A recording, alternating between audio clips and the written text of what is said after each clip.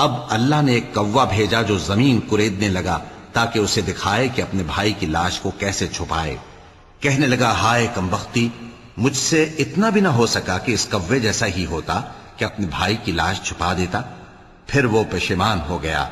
اس قتل کی وجہ سے ہم نے بنی اسرائیل کے ذمے یہ بات لکھ دی کہ جو شخص کسی کو ناحق قتل کرے گا، یعنی بغیر اس کے کہ جان کا بدلہ لیا جائے یا ملک میں خرابی کرنے کی سزا دی جائے، تو اس نے گویا تمام انسانوں کو قتل کیا، اور جو ایک انسان کی جان بچا لے تو گویا اس نے سارے انسانوں کو زندگی دے دی۔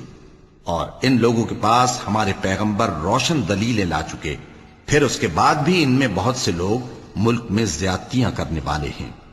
جو لوگ اللہ اور اس کے رسول سے لڑائی کریں اور ملک میں فساد کرنے کو دوڑتے پھریں، ان کی یہی سزا ہے کہ بری طرح قتل کر دیے جائیں یا سولی چڑھا دیے جائیں، یا ان کے ایک ایک طرف کے ہاتھ اور ایک ایک طرف کے پاؤں کاٹ دیے جائیں، یا ملک سے غائب کر دیے جائیں۔